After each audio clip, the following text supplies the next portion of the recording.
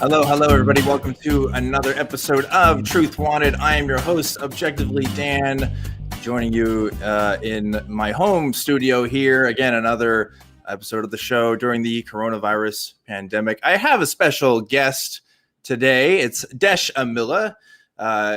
Desh recently came out with a cool movie that we're going to talk about in just a second. But I do have one other guest as well, folks. If you have seen me on Twitter, you may have seen that I rescued a little kitty this week. And those of you listening at home who don't have the video feed, I'm holding up a very small kitten, about 4 weeks old now. This is Pico, short for Pico de Gallo. There's a chain of supermarkets here in Austin. I'm sure there are other places called Poco Locos. And there was a woman outside in the front who was just holding this little kitten and told me that they had found it by their house a few days ago. This was back on Monday, and was looking for somebody to adopt it. So I was like, all right, I'm at work right now, but I'm taking this little kitty home. I've been wanting to get a little cat. I've been by myself here in the pandemic and was thinking about getting one. So maybe this is the official, unofficial little kitty of Truth Wanted. I don't know. This is Pico's official debut on the show. I was hoping you could say hi, Pico. No? Maybe in a little bit. Maybe she's camera shy. Also, I don't know if it's a boy or a girl yet. Well, I mean, obviously, gender constructs don't apply to kittens too much, but I'm not sure if it's genitalia yet. So we're trying to figure that out. Gonna go to the vet on Monday, but yep, this is Pico on the show. And maybe you're getting a little sleepy now. Gonna go take a nap. All right, so I'm gonna put Pico down here. Now I'm gonna get back to my human guest, Desh. Desh, how you doing? I am well. I feel properly upstaged. Yeah, I know. I was like, of all the times I had to do this, of course, having you on, but I had to introduce our special friend today. But Desh, tell us a little bit about this movie that you recently were director of or co-director of. Yes. So I produced and directed a film. This is actually my first film. This is my debut. It is called Islam and the Future of Tolerance.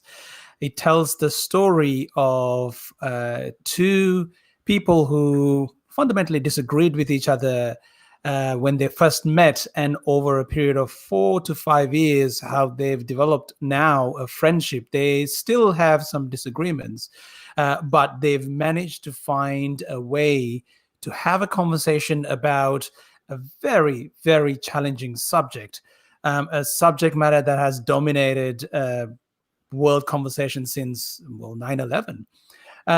We're obviously talking about Maajid Nawaz and Sam Harris. Your audience will be quite familiar with Sam. Yeah, probably with at least one of the two, right? Yeah.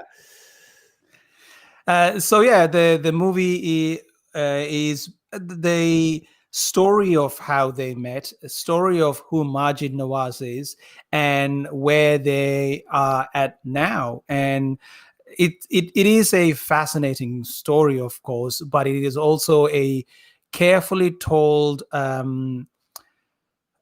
thesis of a kind, how to have difficult conversations about a subject matter that a lot of people want to talk about, but really don't have the tools. And I was one of those people. So with the help of a very talented filmmaker, my good friend Jay Shapiro, myself, and another group of people, we put together a film, Islam and the Future of Tolerance.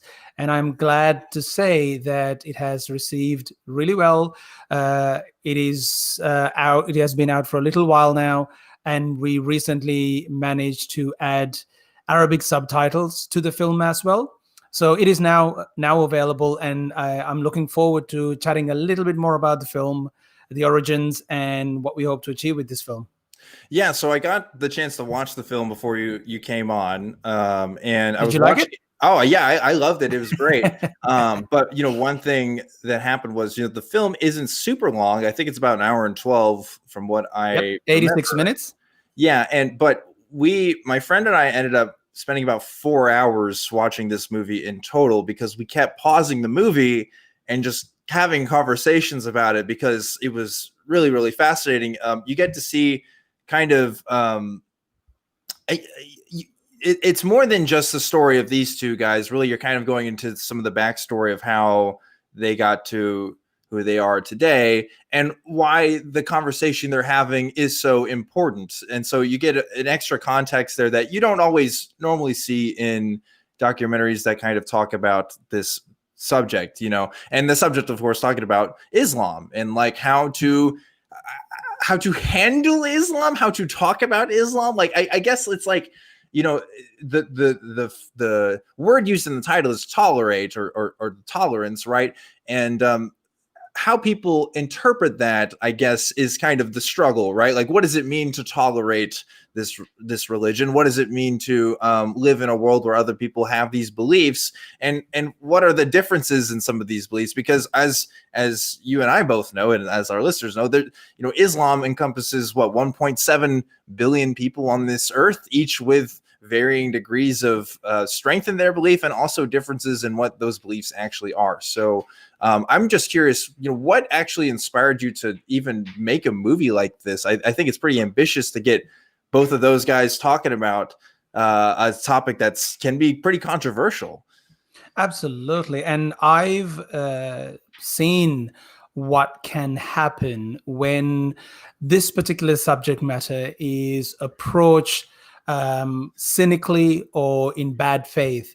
You know, we've had violence across the world because of movies that just choose to mock Islam or just conflate Muslim people and Islamic ideology and just paint everyone in broad brushes, etc. So the inspiration really came from the book that was written by Sam Harris and Majid Nawaz, which has the same title, Islam and the Future of Tolerance.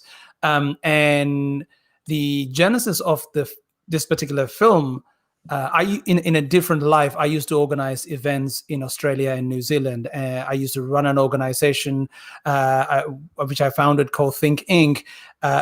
And we used to bring some of the greatest thinkers in the world to Australia and New Zealand. We used to tour them around, and we used to organize these pretty large-scale events.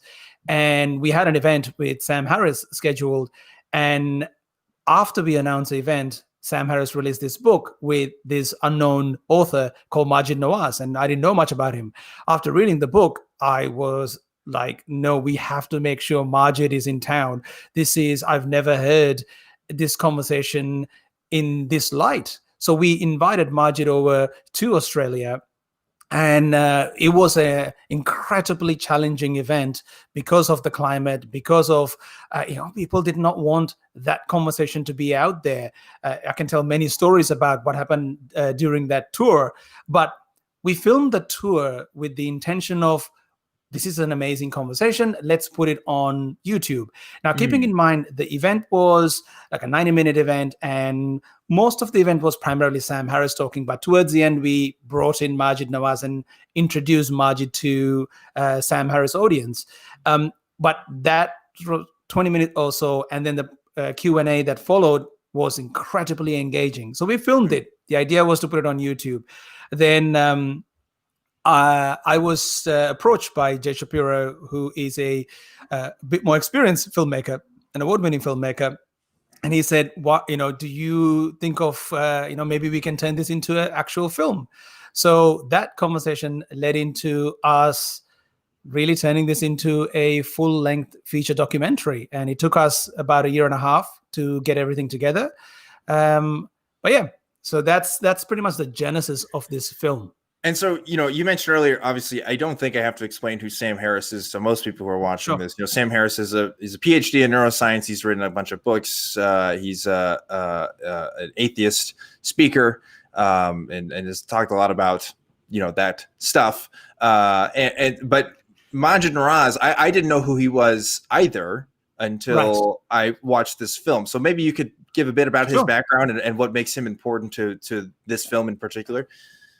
Well, Majid Nawaz in particular is a fascinating character. He wrote a book called Radical, which I encourage people to read. It tells his story. He was born and raised in England. His parents came from Pakistan. And he was this incredibly gifted young man who was looking for a place to find and call his own. And initially, it was hip hop. So he was a bit of a b-boy. He dabbled in rap music, but then he found his calling, or rather, he found a incredibly charismatic recruiter from an organization called Hizb ut-Tahrir. Hizb ut-Tahrir is not necessarily what you would call an extremist organization. They are what you would call an Islamist organization, which ultimately led to the recruitment of young Majid Nawaz, and Majid being so brilliant at just getting ideas out, he ended up becoming one of the global leaders of that organization and one of their top recruiters. And he really was instrumental in getting a lot of people into Hizb ut-Tahrir, and he eventually went overseas and went to Iraq, and he went to jail for his activities right on the towards the end of the Arab Spring, I believe. And he served 4 years, and Amnesty International found him to be a prisoner of conscience, and he got released. See, a fascinating thing happened while he was in jail. He actually met people who he was helping in his life as an Islamist, just heading towards creating a global caliphate. These are the people he supported, but when he actually met them and hung out with them for years, he realized how insane a world would be with these people in charge. So it slowly changed his mind. And once he got released, obviously 4 years in jail, he had enough time to read amazing literature and just ponder on his own thoughts. He was constantly facing torture. So all of that combined, when he came out, he was, initially still very confused. He's still part of the organization, but slowly led a path, eventually ending up being a reformist Muslim. And he met Sam. And that's what's really striking to me was he didn't leave the faith entirely. No, he didn't. He instead became a reformist for the religion, which is kind of interesting. And in thinking about my own sort of deconversion, before I became an atheist, I was a Christian, but like in the twilight of my Christianity, I probably could have been described as a Christian reformist, only in the sense that my views were so radical from other Christians that that label might have been appropriate. But he's stuck with that since then, since his Amnesty International experience, and that's how Sam and Majid met. They were talking about Islam, and the question on that debate that they were talking about was, is Islam a religion of peace? Which Majid was in support of. Sam was, kind of on the other side of, and originally they kind of got into a bit of a fight. That they weren't super best friends at first, but then they kind of gotten to know each other a couple years later. All of this, what we're talking about, is in the movie itself. So I don't want to spoil everything that happens. Like let's let some people watch it. But in case you are curious, we do actually have a trailer for the movie that we want to play here on the show. So check it out. We're going to play this for you right now. These type of attacks have become almost the new normal. Our next guest is a British-born Muslim. He's a self-described former Islamic extremist. I faced martyrdom and torturers in Egypt and thought I was going to die for my cause. All of that I believed in. I've always wanted to debate important ideas. He's the author of The End of Faith, Religion, Terror, and the Future of Reason. And I'm absolutely not a bigot. Agreeing to disagree is not only a cop-out. When it's an important issue, it's actually dangerous. Sam and I first met a few years ago. Sam, I remember, asked a very pertinent set of questions to Majid, which I remember thinking, oh, that's going to hurt. I looked at him straight in the eyes and said, "Are you accusing me of lying?" I thought maybe he would hit Sam. If they were to ever get together again, it would be interesting. Is this still a good time? We have the time you need. We have got to overcome this idea that people don't have the right to criticize our religion just like we criticize everything else. You can't say that the central message of Islam is pacifism, whereas you could say that of a religion like Jainism. I don't accept that there's a correct reading of Scripture. There is a link between belief and behavior. How do you talk about this honestly without empowering right-wing illiberalism? You may have the Bible Belt. We Muslims have our own Quran belt. I'm not denying that certain people are bigoted against Muslims as people. And that's a problem. But why are you so hostile about this concept? It's gross. It's racist. I'm less worried about bombs than I am about ideas. We've got to get out of this, it's all of Islam or it's got nothing to do with Islam. It's compelling to many liberals to say, well, who are we to judge anyone else? We occupy nothing like moral high ground. This is the conversation that I had never had and I had never seen had. This conversation has to continue.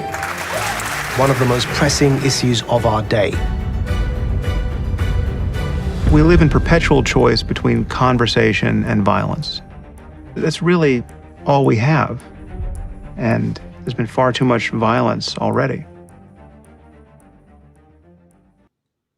Sweet. So yeah, that movie again is available right now. It's on Amazon and stuff. So if you want to go check it out after you're done with this show, of course, because you gotta watch the stream here.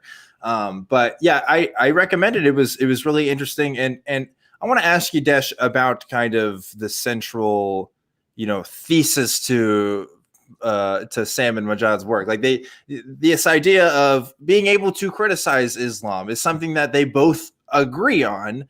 They may have a difference in opinion on exactly how to interpret Islam or what is proper for Islam, but they both seem to come to the conclusion that it's worth talking about. And that's something that historically it can be kind of complicated, especially an individual such as myself, who never grew up in Muslim culture, who, is a white guy from the United States, who grew up in Christianity.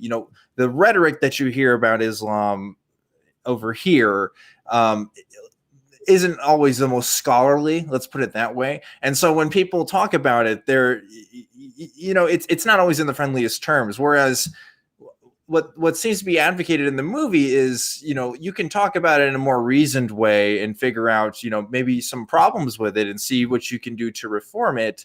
But, almost coming from again, someone who didn't grow up in that culture, who isn't going to know as much as probably the average Muslim. It seems like my part in that conversation is going to be a bit limited in some sense. I probably know more than the average person about Islam, but there is kind of a feeling of restraint there when talking about Islam's and the potential problems that may come with it. So what is your response to someone who would have a position like mine that says I like talking about it, but it can be a bit uncomfortable?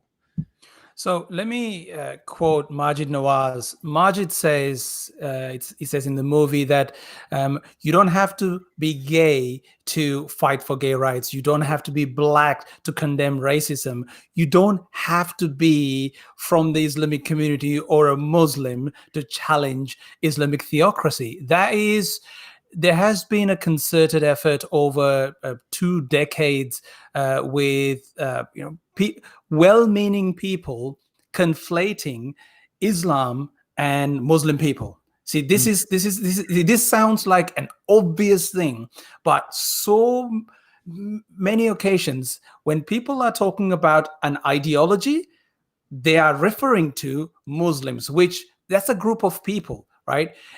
Just like, there are Jewish people who do not consider them to be devout. They are just culturally Jew. There are lots of Muslim people who are, because of the culture, because they were born into, a community as Muslims. And when you have a country like Pakistan, your identity to your country is connected to this particular religion. But a lot of progressive Muslims will actually agree with this particular point, and now it has a bit more of a voice, which is one can talk about the ideology without demonizing a group of people. See, we have to acknowledge Muslim bigotry is an actual thing. People have this, just like Jewish people are attacked for being Jew, Muslim people are attacked for being Muslim, which they had nothing to really do with. A lot of,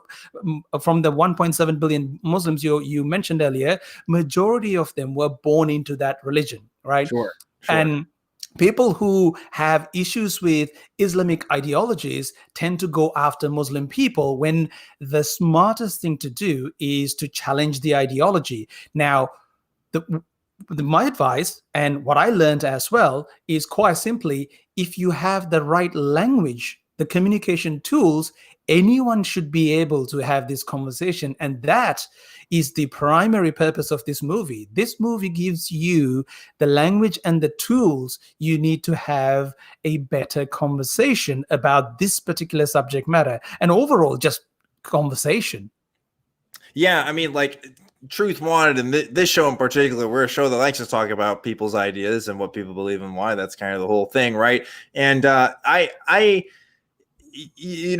never, ever had the thought cross in my mind that if I'm ever talking about Islam, that I'm referring to particular Muslims, or that I'm talking about Muslims as a whole. And I think you're right. There is often a conflation there. I think also too that from my generation, people seem to be a bit more tolerant of it. I mean, like, this is I always bring this up because it makes the crew feel really old, but like I was about 5 years old when like 9/11 happened, for example. So like that isn't even a cultural memory that's relevant to me, because it didn't really happen when I was cognizant enough to be able to understand like the political implications of something like that. You know what I mean? Now I've certainly seen the results of something like that in the United States, where there's tons of Muslim bigotry that happens all the time. Most of it just in closed doors. But I also recognize that there are things that I would want to talk about and want to point out, like the practice of female genital mutilation. Obviously that's not a practice that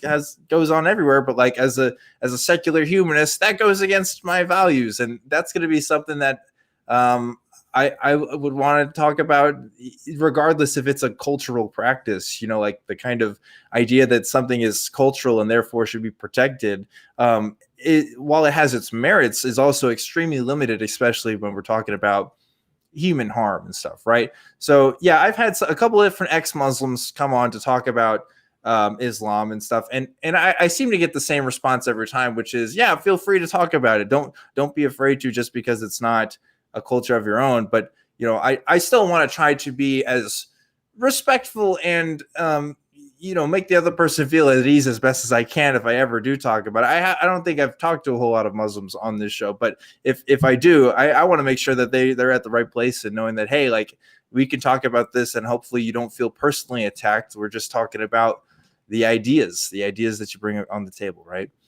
I think, Dan, you should invite some progressive Muslims and reforming Muslims onto this show, because you are right. The younger generation is a lot more open to talking about this, and there is somewhat of an enlightenment revolution, reformist revolution happening, and it's been happening for a little while. And I think the book Sam and Majid wrote and the movie we made is going towards that, and the ex-Muslim movement they are doing incredible work. Yes, because you may have seen there's an influx of young people who are living in these Islamic theocratic countries are fleeing those countries.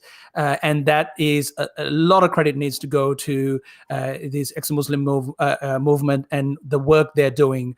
And I mentioned earlier that our film now has Arabic subtitles. It was a very, very big deal for us. I wanted to do that from the get-go, but it took us some time. So if you're in the Middle Eastern countries, you can now watch the movie and you can turn on Arabic subtitles. And that was thanks to IBB, Ideas Beyond Borders, which is run by Faisal Al-Mathur and Melissa Chen. And Faisal is an ex-Muslim. It is important that more we talk about this, more we normalize this conversation, and really push back on the idea that we are going after people and really point out, no, this we are going after ideas. The funniest thing is, I consider myself a classical liberal, right? We tend to be for the marginal, the people who don't have a voice, right? And I think every human being should be.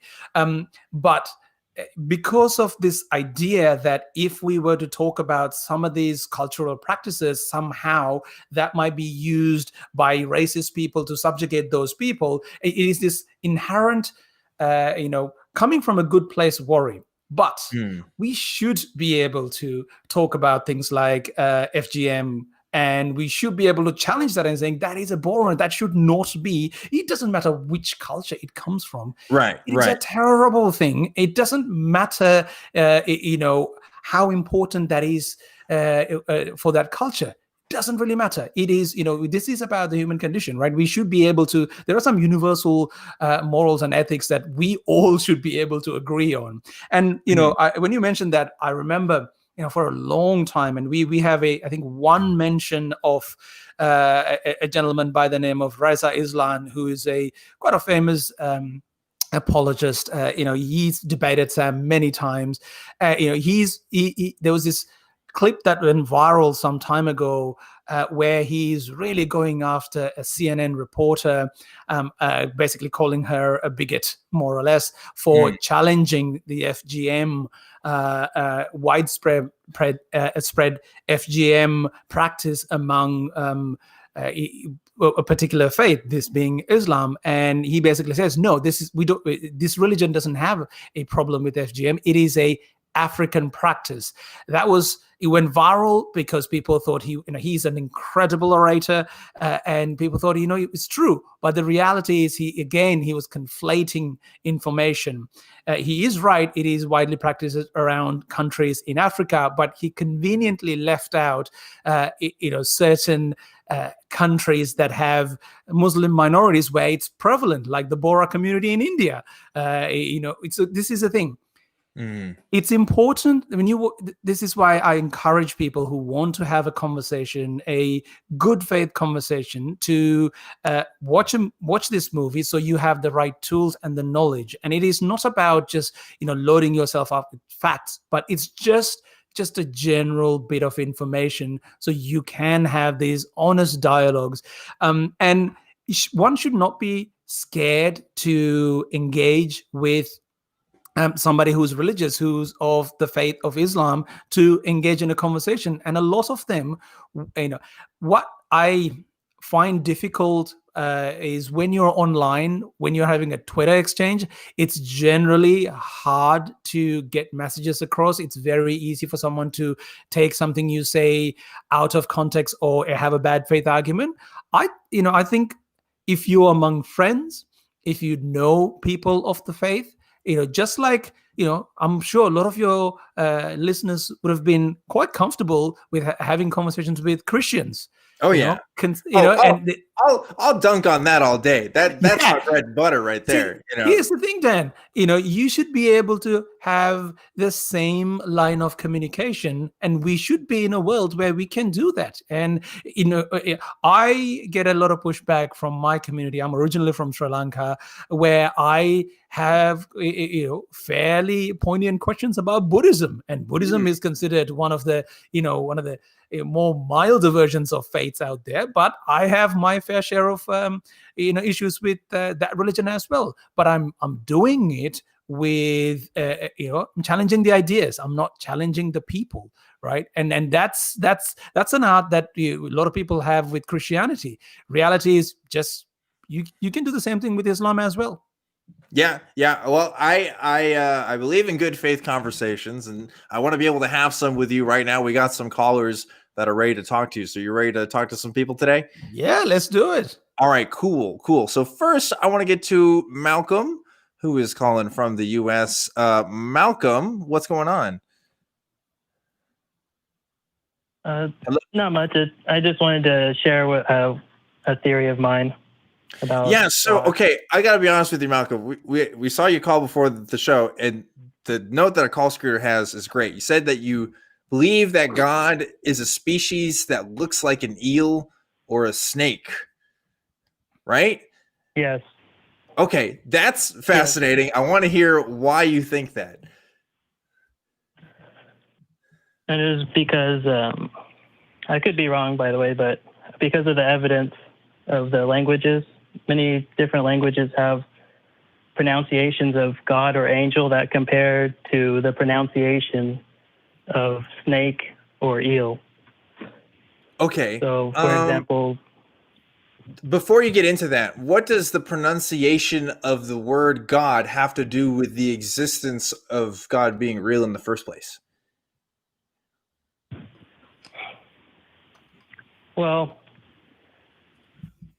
it doesn't necessarily, it ties into other religions. In fact, practically all the Abrahamic religions and other ones that people don't even believe in anymore. But okay, it's a coincidence. That's all it is.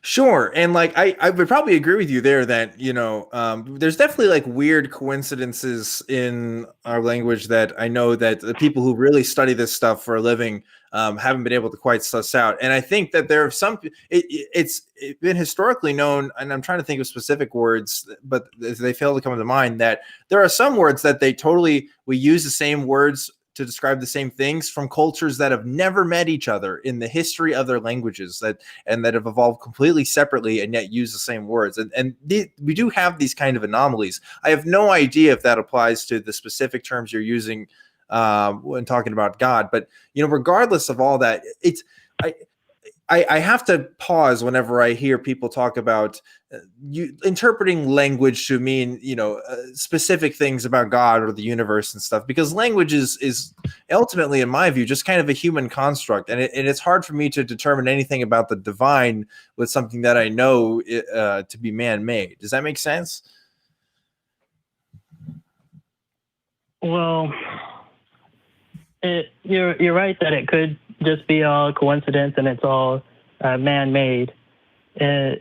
But when there's a subject that is as important to humans as it's important to, that's not I guess you could say the importance of God and our existence, our origins is, amongst all humans, like we all consider that an important subject. I certainly do. I think most people do. Yeah. Some people definitely don't, but yeah. Well, that's not.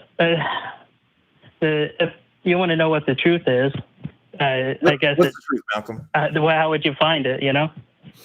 Well, yeah. If the truth about God, I don't know if I would go to language. I don't think that's the first thing I would go to if I want to know the truth about God.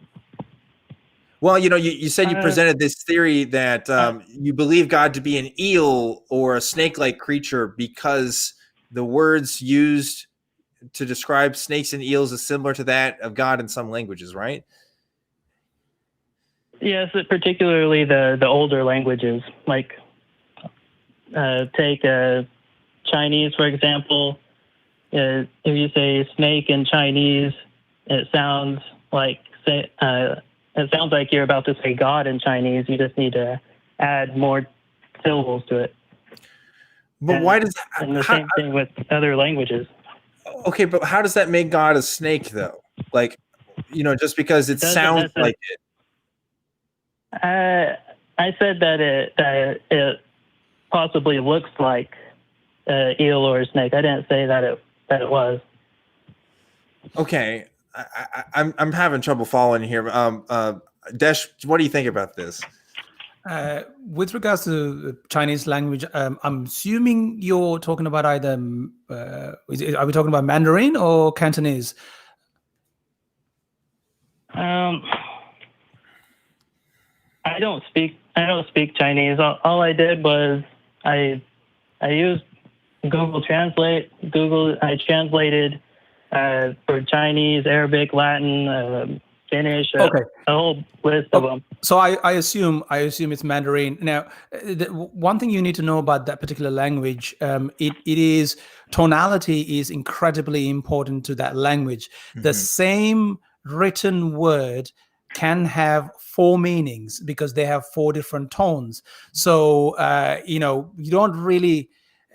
Again, I can't say I'm necessarily following where you're coming from. I feel as if you listen to linguists like John McWhorter, who talks about origins of language, we know that language is fundamentally man-made, and some languages have developed, as Dan pointed out, very similar wording.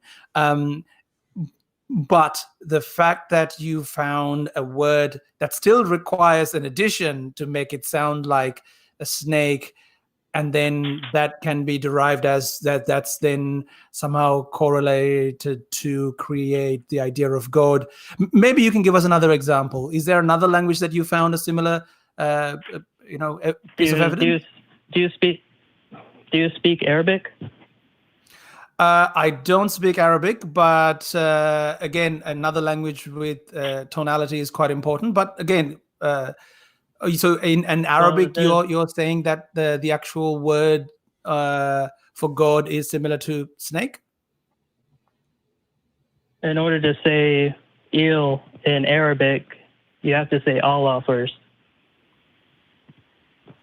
Right, but you know that. You know that the word Allah, existed. To my knowledge, and I could be wrong here, but I believe the word predates Arabic as a coherent language. Okay, I mean, because it's not just the languages. For me, I just know that I could demonstrably prove that, and then, but I tied it into my interpretations. It could be subjective. It's a lens that nobody has looked through before, but the Tower of Babel could have screwed up the rest of the languages for all I know. Oh, is that a belief that you hold, that the Tower of Babel was a real landmark? I believe it's at least metaphorical. I think that in order to know that for sure, you'd have to hear the story first, like Kabbalah, and you have to be told the story in order to know that the serpent in the Garden of Eden was using some form of biosuit, neural link kind of technology. That's interesting. That's an interesting idea, I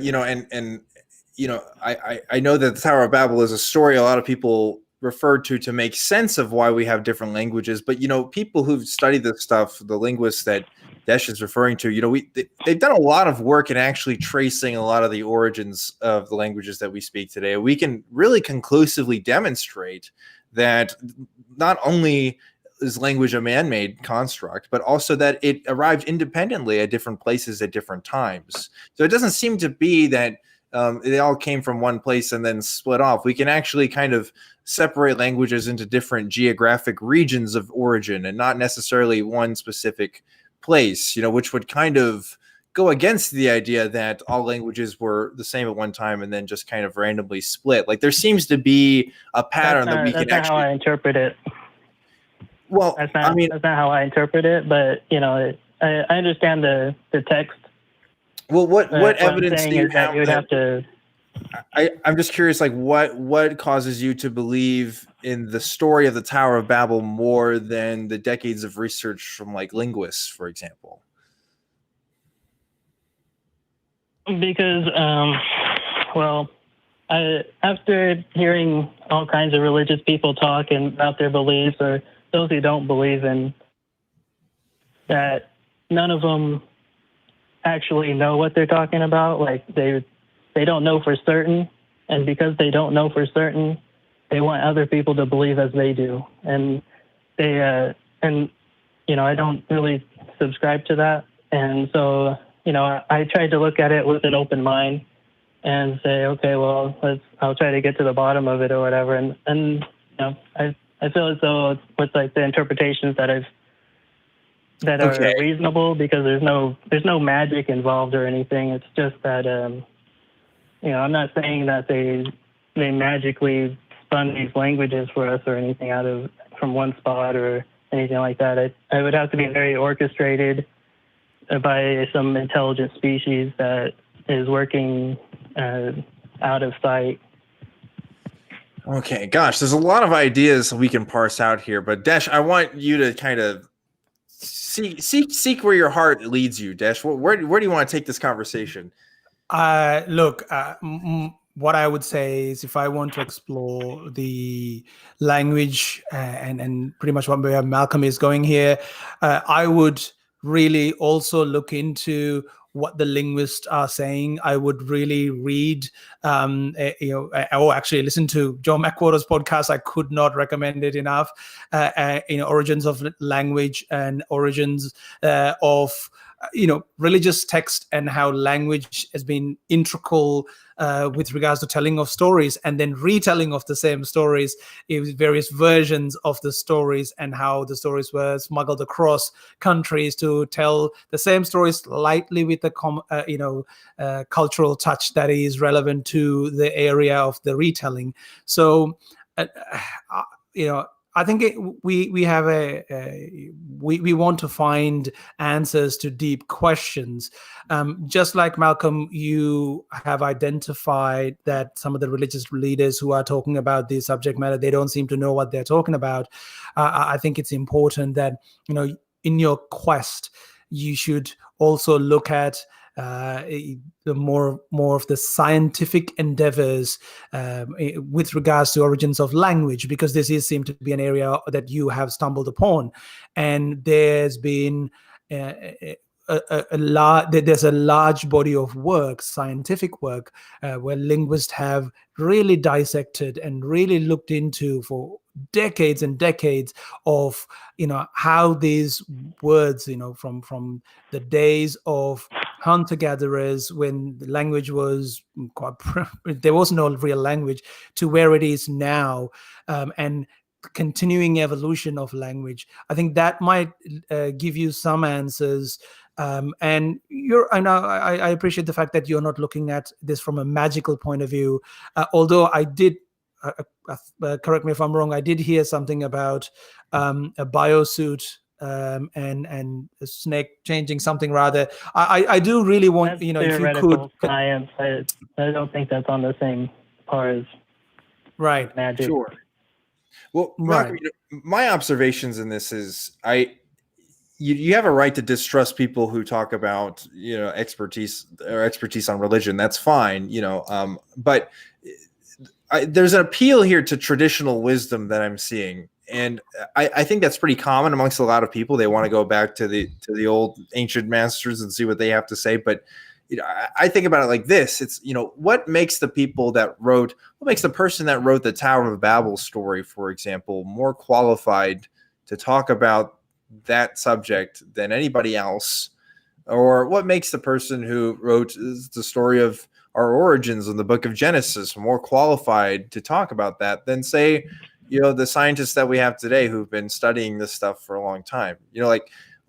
For the most part, and especially if we're talking about the Bible specifically, we really don't know who wrote a lot of these stories and parables and whatnot. They are anonymous authors, and the ones that we do sort of claim pseudo authorship to, we still don't know much about what made them knowledgeable about the stuff that they're talking about in the first place.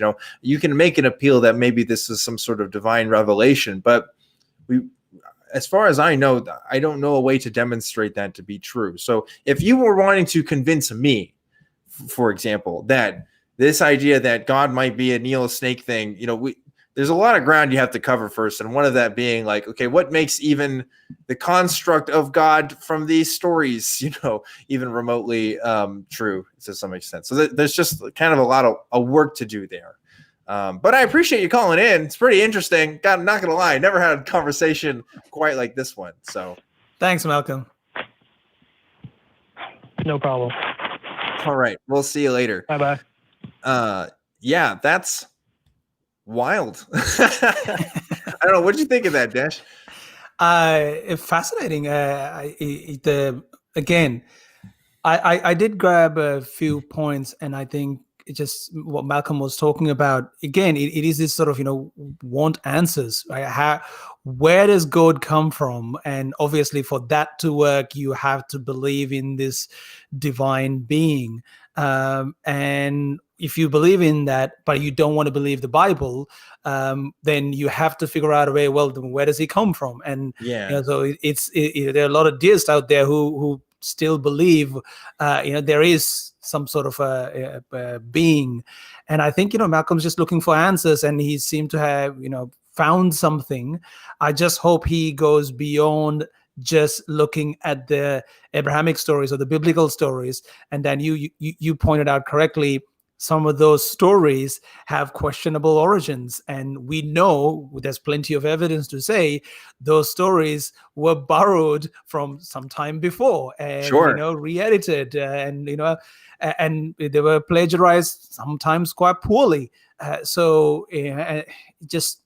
don't think language is a way to find the answers. It might tell you the origins of language, but it won't tell you the story of origin of or existence of God. It's a interesting path he's taken. If you had a language where you are describing microwaves, and the word I have for that microwave is apple, and another language is apple, does that mean microwaves are apples? That doesn't really follow. You know what I'm saying? So I speak more than one language, and I still sometimes giggle at when an English word comes up or another language word come up, and then it means something completely different in the other language, and then I giggle because it doesn't really mean the same thing. And so just to say, because this language, this particular sound means this thing, then that how somehow translate into that thing being the thing. I think he's. I think he has curiosity. It gets convoluted very fast. And I hope his curiosity leads to that understanding. Probably this is maybe he might not get to where he wants to. I hope so too. If this was a different show, I would have a conversation with Malcolm for like an hour. I really would. I really want to get to the bottom of everything. But we've got other callers here who want to talk to us, so we got to give them some time too. So absolutely, let's go. Speaking of those guys, let's go ahead and go to our next caller here. This is Jen calling in from South Carolina. Hey, Jen, how's it going? Hi, I'm doing great. Well, cool. Welcome to Truth Wanted. Hi. Good day, Jen. Hello. I really love your show, Dan. I've actually been binging it for the last couple of weeks, and I think I'm almost caught up to date. What? That's crazy. I don't even watch my own show. Just kidding. I do watch it, but that's wild. That really flatters me. Thanks, Jen. Thank you. So I got a little bit of a downer to talk about.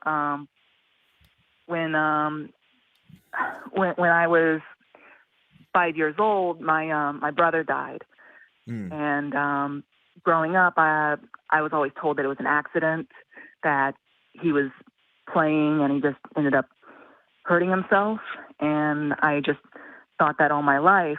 And then a few years ago from today, my mother and my stepfather finally got divorced, and my mother's attorney said something along the lines of that it was probably my stepfather's alcoholism that led my brother to kill himself. And that kind of reframed everything for me. Because, I mean, he was only 10 years old. So when I talk to other people about that, they don't really believe it because they don't think that a 10-year-old would do such a thing. Yeah, and so the note that I have here from the caller is that the death of this family member, you're kind of starting to think that it wasn't an accident, really, that maybe there's some sort of other rationalization going on, right? Yeah. Because the attorney was right. My stepfather was an alcoholic at the time, and so was our biological father. And we had also later found out after he had died that his babysitter was also abusing him.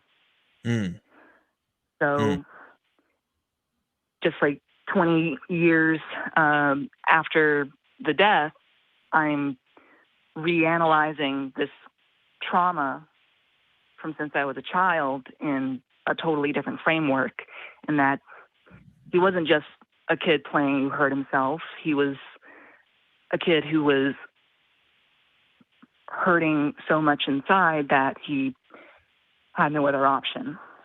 And I just don't know. Yeah, we have a different idea of mental illness now than we did 20 years ago, or we did in times before that. And so I can't speculate on what that mindset must have been like. I can't speculate on events that I'm only hearing about from one person. And our memories are also notoriously pretty bad at remembering specific details. We often think of the things that we want to remember, or even construct narratives in our minds that didn't even happen, just because we may have been feeling something at a particular time. So, from just hearing this from you on kind of a secondhand basis, it's hard for me to say exactly what's going on. But I do know that people do tend to construct narratives, because we do work on these narratives. And the example I give is Pico. I just got this cat this week. I've been wanting a cat for so long, past couple weeks. I've been single for a little bit now, again, living in this apartment, been talking to people about it. And there are some people who would interpret that happening as a sign from the universe, and it was a gift from God that I got this little cat because I've been wanting it. But it just happened to be coincidence, like I have to know that at the end of the day. But I can only come to that conclusion because I've had to train my brain to not think in all of these speculative ways about things that I don't have evidence for. So unless we can look at the evidence in a sober, rational way and maybe piece together what's going on, there's not a lot of good that comes from speculating on the what ifs. It's just hard for people to do. This is a pretty heavy topic, but Desh, I do want to hear your thoughts. It is incredibly heavy, and Jen, I think it takes a fair bit of courage to talk about something like this on a show like this. And I want to make sure that I say it on the offset that I'm not even remotely experienced in an area like this to talk about it. And my heart goes out to you. But just to echo Dan's sentiment, I think it is important that we want answers, whatever it may be in life, especially when a family member has passed away. You want answers, and you have been told one thing, and it is possible that it may not be the truth. But we also can easily go down a rabbit hole where we desperately want a certain kind of answer. So our cognitive biases really give us answers that we are looking for, and then those confirmation bias reinforces the previous little bit of information we had. So it can end up leading you into quite a dark place. So Jen, being a fan of Dan, I believe that you have the ability to bypass some of those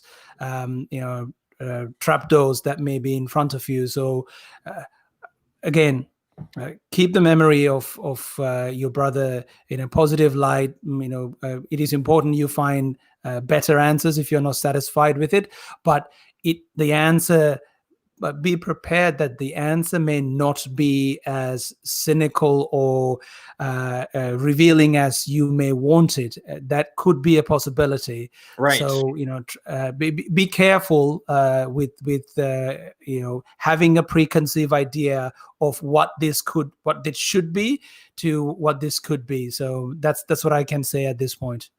Yeah, and one more thing I want to add too is definitely this is something to talk about, as Desh mentioned, with someone who's way more qualified than both of us. My recommendation is somebody who is really specialized in CBT, cognitive behavioral therapy.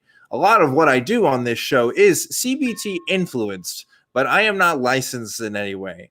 Everything I do is from a lot of reading and studying and practicing by talking to people. But this isn't a practice that I get paid for. I'm just a volunteer on a call-in show at the end of the day. So I'm really flattered that you love my show, and I hope you keep watching it. And I'm glad I could talk to you today. But my advice would be from here, hey, before talking to us, maybe talking to somebody who can really help you out, somebody who has the tools and skills to really work through a lot of this with you, I think should be the next step for you. So hopefully that helps, Jen. Thanks. I did have a therapist, but after I came out to her as atheistic, kind of dissolved from there. And I did look into the secular therapy project, but there's not really many options near me in South Carolina. Yeah, I've heard of some new options for the coronavirus stuff. I know of one app called BetterHelp, which is an online therapy service. Don't run through an app. I think you can get through Android and iTunes. Or not iTunes, whatever app Apple does. I'm an Android guy. I don't really care for the iPhone stuff. But regardless, I hope that obviously there's some obstacles to you finding a good therapist for you because of your lack of religious belief, and that's awful. I feel you there, but I don't want that to be a hurdle for you to get the help that you need. So I just want to encourage you to keep looking. I know it's difficult and there's been some setbacks, but hey, getting good therapy at the end of the day is really worth it. So please don't give up on that. And hey, maybe if you come join us in the after show Discord, maybe there's some folks who can give you some resources, or maybe there's some people in the live chat right now that can point some stuff your way too. So I would look out for that as well, Jen. Sure. Cool. Well, Jen, I'm going to let you go here, but thanks again for calling in. And thanks, Jen. It's so sweet of you to feel like that you could be comfortable sharing that with me. I know that's got to be really heavy, and I'm glad you could share that with me. I really am. But I do hope that you can talk to somebody that can help you better than I could ever could. So yeah, thanks for that, Jen. I want to go ahead and go to the next call here if we can. I want to talk to Jeremiah, calling in from Alvin, Texas. Hey, Jeremiah, what's going on? Hey, Dan. Hey, Desh. Same old stuff every different day. Same stuff, different day. Man, look, I don't know what world you're living in, but it seems like different things are happening every day differently right now. But yeah, I feel you. I wanted to talk about, I watch a lot of YouTubes and stuff with these guys that debate flat Earth. Mm-hmm. And they're like the debunkers and stuff on the internet. Sure. And what I've always kind of had this feeling is that I put theists in a very similar category with flat earthers. They don't have very much evidence to support their stuff. They just believe it because it fits their narrative. And I've always kind of wondered why more people don't take that tact. I just kind of wanted to see what you thought about that. The reason why is because most people are religious. That's really what it is at the end of the day. I mean, like if you have a God belief and you recognize that your God belief is based on some precepts that are, might be similar to someone else's belief, which you recognize to be false, you're going to have some cognitive dissonance there, and you're probably going to separate yourself from analyzing it that way. Now, of course, when we're talking about flat earthers, the evidence, I would say the evidence for flat earth stuff is maybe qualitatively different from Christian stuff, because at least a lot of flat earthers will try to put out like models and stuff. Like, I don't know, there's some other like physical ideas that I tend not to see from a lot of Christians, and even Christians themselves. I know I did this when I was a Christian. There's this idea of the non-overlapping magisteria, the difference between science and religion. And so I had this idea that, science can't prove religion at all because they just exist in totally different worlds, which really isn't true. If you're making a claim about the physical world, then you can examine that through the lens of science. And flat earth claims are almost, and flat earth claims are almost exclusively within the realm of science, right? Like, they're not making kind of spiritual claims, at least not really. Maybe they'll have something to say spiritually on NASA or something. But outside of that, a lot of it is like sort of testable claims that maybe they aren't using the best methodology to look at. You hear a lot of the flat earthers that come out with this whole idea of where did it all come from, and there had to be a creator to start it all, and that's one of the reasons that I find a lot of similarities is due to this, the similarity in arguments between flat earthers and like young Earth creationists, for example. That's because a lot of the flat Earth community is very religious. A lot of them are young Earth creationists. If you watch the documentary Behind the Curve, they point this out a little bit too, and some other places have pointed this out, because there is a plausible reading from some texts in scripture where you could posit a flat earth model. Now, I think their idea of cosmology was completely different anyway, at least if we're talking about Jewish sources in particular. But there's definitely some concentric circles there, right? Like there's definitely, if you drew a Venn diagram between like young Earth creationists and flat earthers, like they're in that same camp. They're pretty close. Yeah, I don't know, Desh, what's your experience with this stuff? I can't say I have much experience with interacting with flat earthers. I am based in Sydney, Australia, and I have had a lot of interactions with people over here, and it's not even remotely a thing that comes up. You know why, Jeremiah? You know why? I mean, Jeremiah. Sorry, I was reading the bottom. You know why? It's because Australia doesn't exist, according to so you're not even on a real place right now. Yep. So I really don't have much to add other than that's it. We called them out, boys. We got them. I actually have heard a few of flat earthers from Australia. Actually, you have come out on the internet, right? I'm sure. So here's the thing: maybe they have an audience in America, but they definitely do not have an audience in Australia. I don't know anyone who talks about it. I haven't seen it. It hasn't come to my peripheral.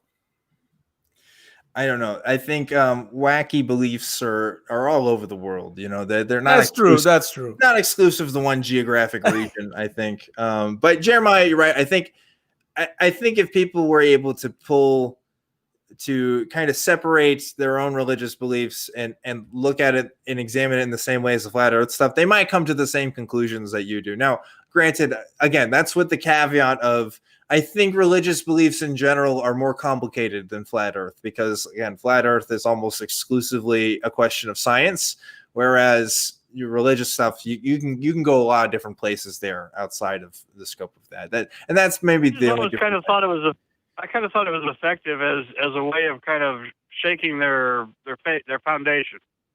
Yeah, I think that's true. Flat earth. Well, you're right, because to look at.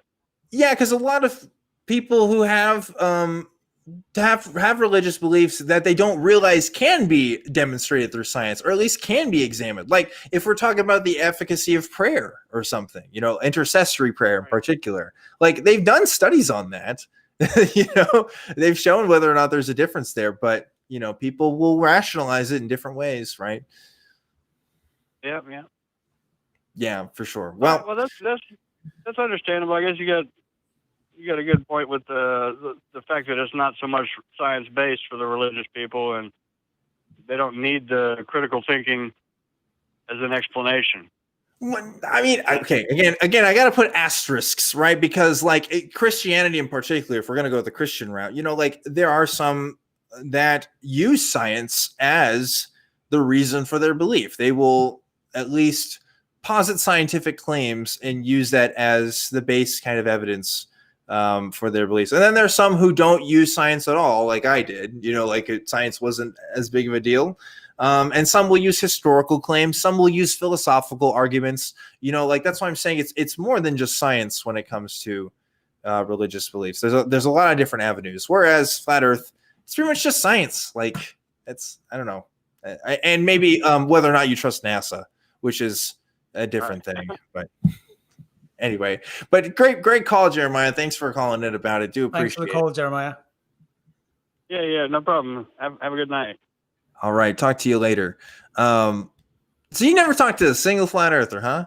I have not come across one of them. That's you seem surprised. Well, I guess because if you're running around, these Sam Harris and these kind of circles, I just imagine you've talked to some interesting people, huh? I definitely have. Some of the most interesting people I've spoken to were at some of the science events I've organized, especially when I've toured Dr. Michio Kaku or Dr. Brian Greene. String theory. String theory brings out some. Oh yeah. Woo-wee. I bet. Oh man. Oh, do you have any stories about that? Because I would be fascinated to hear. Yeah. So the most common thing is we have to have at these events, we have to put together a special area to collect all these documents that people bring in, because everyone who's interested in the string theory, well, maybe not everyone, slight exaggeration, but we tend to have at every event at least 4 or 5 people will bring in these massive books of things that they've written. They've cracked it. Here's theory of everything. People tend to bring in diagrams and these lengthy documents of evidence that they have cracked what these scientists have been trying to do for a very long time. And generally, it's not really science. It has scientific wording, but and generally what the scientists tell me is they are very difficult to analyze because it takes a lot of time to break down the non-science that mixed in with a little bit of science. Yeah. I've got stories like, let me tell you one story. This is not necessarily in the sort of string theory realm. We once did an event with Dr. Jane Goodall. You're familiar with her, right? Oh, of course. Yeah. Yes. So we have people coming in for these meet and greets with various gifts. But I've never had somebody who came in, who waited in a line with this nice little duffel bag, didn't think too much of it. And when she came very close to Jane, we normally check the bag and make sure they have no ill intent. When she opened and showed the bag, and it was a wombat, a live wombat in the bag. What? And I was like, okay, this takes the cake. But we didn't let. Why would they? Wait, what? Jane Goodall is an anthropologist. What does the wombat have to do? I don't know. What's up with that? So the idea, I think she wanted Jane Goodall to hold the wombat, and we obviously didn't. What sort of was astounding is the fact, remember, the meet and greets happen 90 minutes or almost 2 hours after the main event. So she must have traveled all the way with the wombat, stayed in the auditorium with the wombat, and then brought it, wait in a line to show her the wombat. And we were mortified by the idea how this animal was, potentially suffocating. And we had to tell her, like, first and foremost, we're not going to show that. We're not going to take a photo of, that's just not going to happen. We had to tell her, like, you really need to take this animal. Just the whole idea. I don't know what she was thinking. I have so many questions. Like, first of all, when would you ever need to bring a wombat anywhere, let alone a conference featuring Jane Goodall? Also, I think because Jane Goodall talks about animals and animal welfare, so I think she was trying to draw some comparisons. That doesn't mean I'm going to bring a fucking elephant. Like, what's going on? Like, I don't understand. People are wild. Oh my god, that's funny. Going back just real quickly, and then we got to get some calls here. But like, Sure. A website I like to look at sometimes is Rational Wiki, and some people have problems with Rational Wiki, but one thing that's really great is the blogosphere kind of stuff that they look at, and they pull all kinds of crazy blogs, especially from the crazy physics folks. You know, the folks who just have their independent blog and they just post their theories about how light and water are the same thing or something, you know, and the good folks in Rational Wiki sometimes will take the time to break it down, but like sometimes it'll be pages and pages of breakdown, because you're right, it gets really complicated, and it's this, you know, some people will tout the stuff around and say, well, look, nobody's disproven my theory, so it must be right. And it's more along the lines of, well, nobody has the time to look at your garbage, dude. Absolutely. Absolutely. It takes, and this is what the scientists always tell me. It's like, when somebody asks a simple question saying, why isn't this, it's easier to break down. But when somebody comes in with 5,000 words or sometimes 20,000 words of whatever scientific hypothesis they have, and they don't have the language to express it, and it's just a whole bunch of random word salad. It's very hard to spend that time, and nobody has the time to do it, really. Yeah, I mean, unless you're getting paid. I mean, there's some people out there who dedicate themselves to doing that stuff, but like, yeah, it's like there's no reason to. That's why we trust that the universities and all these other research institutions are going to be doing their jobs. So yes, and they need to be focused on that, and especially scientists who've been looking for to prove string theory. They definitely do not have the time to go over your theory. Cacao's inbox must be crazy, dude. I would not want to share that. I will say that. Okay, so I want to get to at least 2 more calls here before let's do it. We wrap up the show. So let's go to Jay, who is calling in. What's going on, Jay? Hi. So, by the way, just for Jen, my heart kind of sunk when she talked, so I hope she goes and finds some help. That'd be beneficial. I hope so too, and that's very nice of you to say, Jay. Thanks for the kind words. So my topic is, I don't know how to word this because it's something I've been thinking about a lot, is atheists and their political leanings.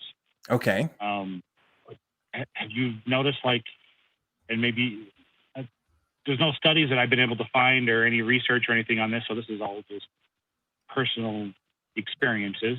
But have you ever noticed which way atheists lean? Yeah, atheists are all hardcore fascist right-wing guys. I notice. They all tend to be super conservative. Kind of socially, fiscally conservative. I think. No, I'm just kidding. Yeah, there's a correlation there for sure, right? And it's not just anecdote. They have done research on this. I believe it's Pew Research has shown that the Pew Research Institute, who does a lot of studies on religious beliefs and the social impacts and stuff like that. They've shown that atheists, by and large, are more left leaning. And sometimes even more left-leaning than the average American. So yeah, your anecdote is kind of correct in this sense. They've done studies on that for sure. Oh, I'll have to look that up on Pew Research then, because that's kind of where I've been noticing it as well. I'm relatively new atheist. I mean, it's been about 5 years, so I don't know how. I still consider that new considering my age, but. Yes, I'm kind of leaning more towards atheists move. They used to be conservative when they're religious, or they're conservative leaning anyway. And then when they become atheists, it seems that they switch over to liberal. Is that the thing? Yeah, and that happened to me. I would have called myself probably more centrist, maybe center right. Because I definitely had some stuff that was different from my peers. Like, I posted a picture on my Twitter the other day of my T-shirt when I was in the high school Republicans club at my high school. But I still definitely I was still totally chill with abortion, and I had beliefs that probably my friends did not have. But I would definitely lean more socially conservative on stuff. I was not I was not a supporter of gay rights. Like, that was not in my conscience, and so stuff that I've totally flipped on. And looking back on my own experience, I do contemplate this, Jay. I'm like, which came first, right? Did my politics change before my religious views, or was it like a kind of a one and done deal? And it's really hard to say. Like, I don't know, because looking back, it feels like they were both changing at the same time. It doesn't feel like one happened before the other. There may have been steps in one direction before it happened in another direction, but by and large, it was kind of shifting at the same time. I'd say that I became a liberal Christian first before I became a liberal atheist. But the deconstruction of my political beliefs was happening at the same time as the deconstruction of my religious beliefs. So it's kind of hard to say. But yeah, if you grow up in a culture that doesn't really encourage the examination of your beliefs or why you should believe the things that you do, then yeah, the dam kind of gets busted, and everything kind of changes all at once. It's hard to just change one thing without changing a whole bunch of other stuff. So, Desh, I don't know what your experience with this has been like as far as changes with religious and political beliefs, but maybe you can relate. Yeah, well, I can't. Go ahead. For me personally, I think because of my migrant experience, I think my ideals were liberal to start off with, and the religion I was born into was Buddhism, and then my journey did take me to change my religion. I became a born-again Christian, but I think it was still a very liberal version of it. So my personal experience doesn't lend to anything sort of center-right even, but over time, as I eventually became an atheist, it just sort of strengthens my position. It's more of a center-left liberal position, more classical liberal position, which has gotten better with knowledge that I have access to, and that bit of knowledge came after I became an atheist, because I was more interested in reading about philosophy and science, which wasn't the case before. Yeah. So go ahead, Jay. Sorry. Yeah. This leads me to my next question that has really been weighing on my mind for quite a while, and most of the people I talk to pigeonhole me, because if you look at me, I'm large, I've got a beard, I've got a big truck, and so people put me in the conservative category, which I'm not. I mean, close, right? And so the people I try to talk to just stick me in that hole, and then I don't get to have the discussion. My philosophy, and again, anecdote here, right, is that a lot of atheists that I've talked to have switched from believing in a God to believing in government as being the solution to their problem. I don't know if that's actual reality or if it's just my personal perception, but that's kind of what I'm noticing. And when, I don't remember your name, but when you said classical liberal, can you define that a little bit more for me? Well, what I mean by classical liberal is right now the political landscape pretty much globally has shifted a little bit. The certain beliefs or universal human rights that I hold are now somewhat moved more to the center and more to an area that it should have been pretty much on the left. But now the political certain ideologies from the left has, it's gone through that horseshoe, and there are certain very close to fascist kind of beliefs of suppression of free speech, policing thoughts. Those things are now appearing in certain circles of the left. So when I say classical liberalism, it is the pretty much for Americans, it's the forefathers, the people who came up with the American Constitution, what they believed in, individual human liberties. That's what I mean by classical liberalism.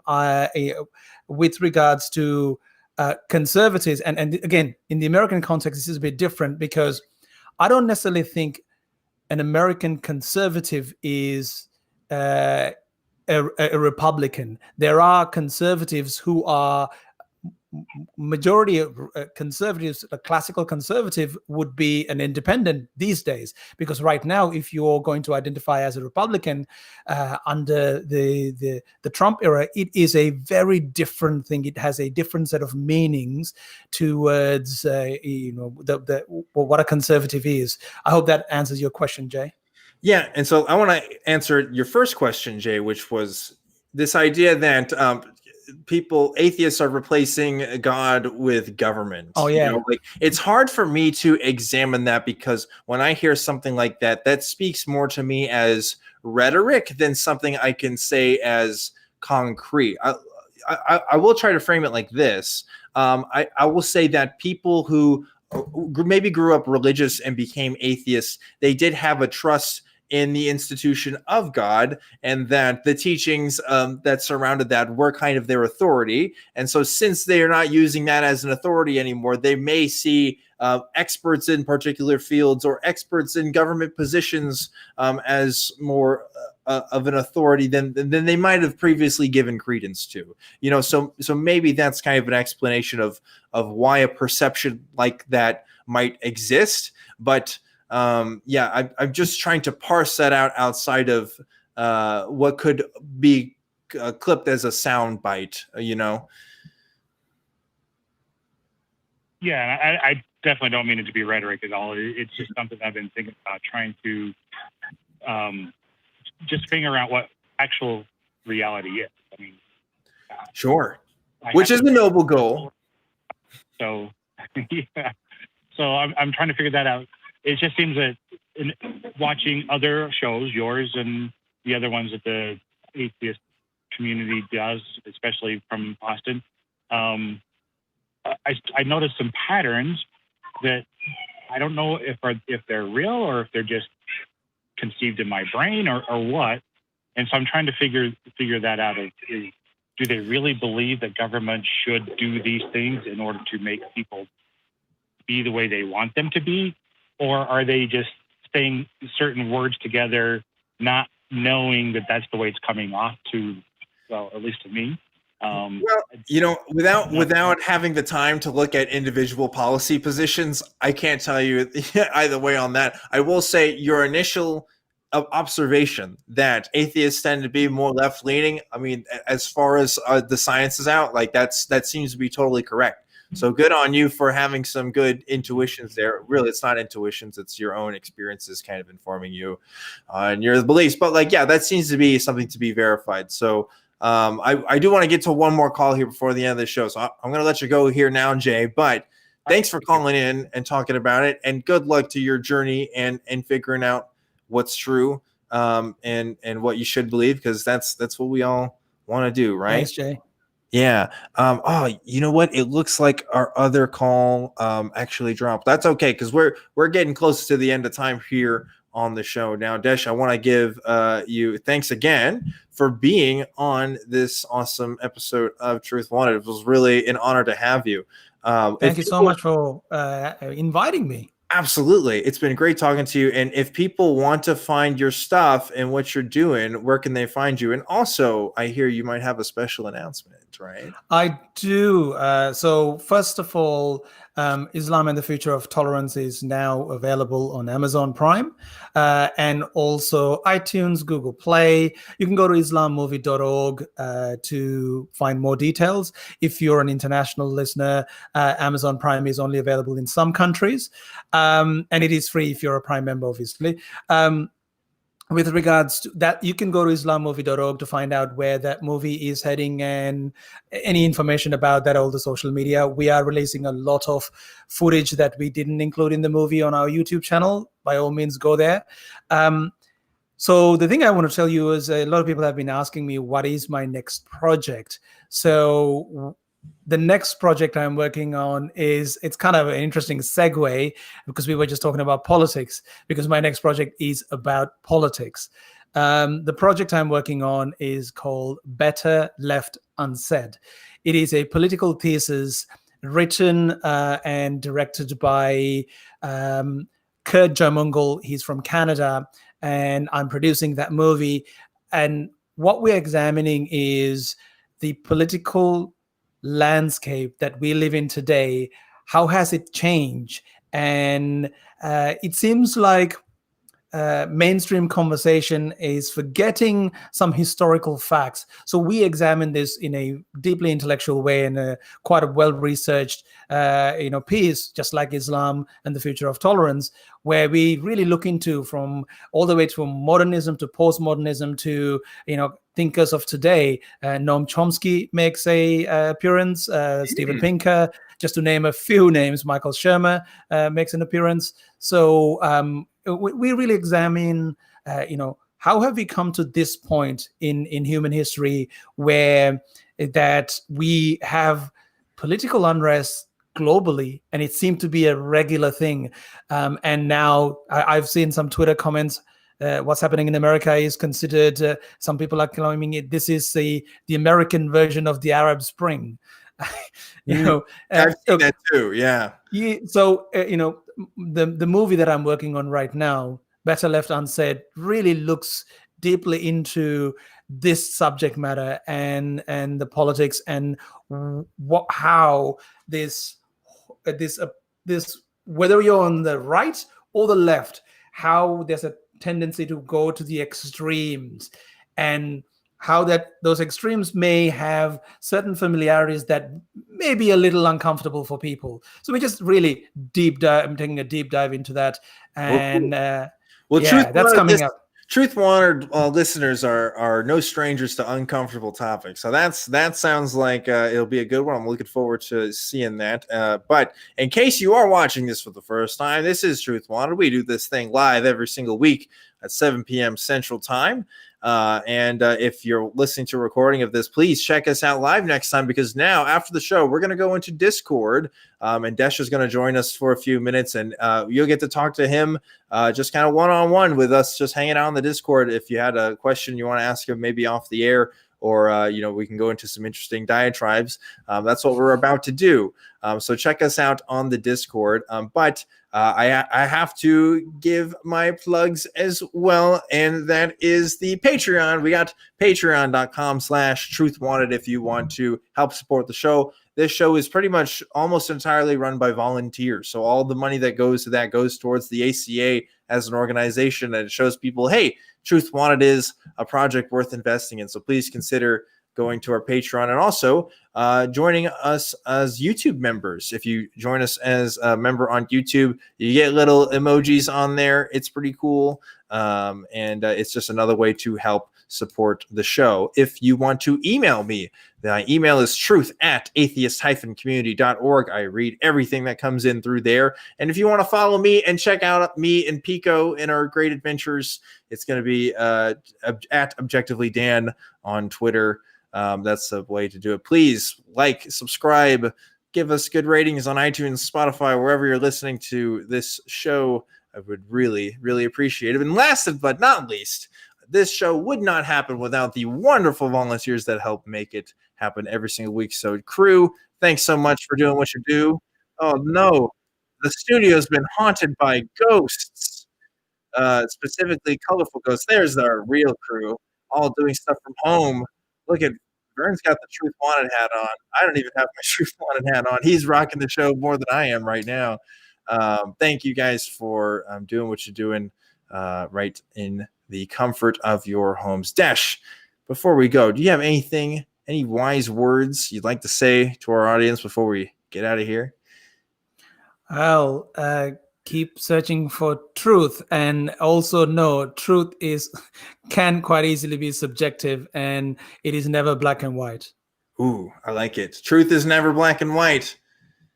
That's some wisdom right there. Thanks, Desh, for being on, and thank you guys for listening to another episode of Truth Wanted. Remember to always keep wanting the truth, and I'll see you next time.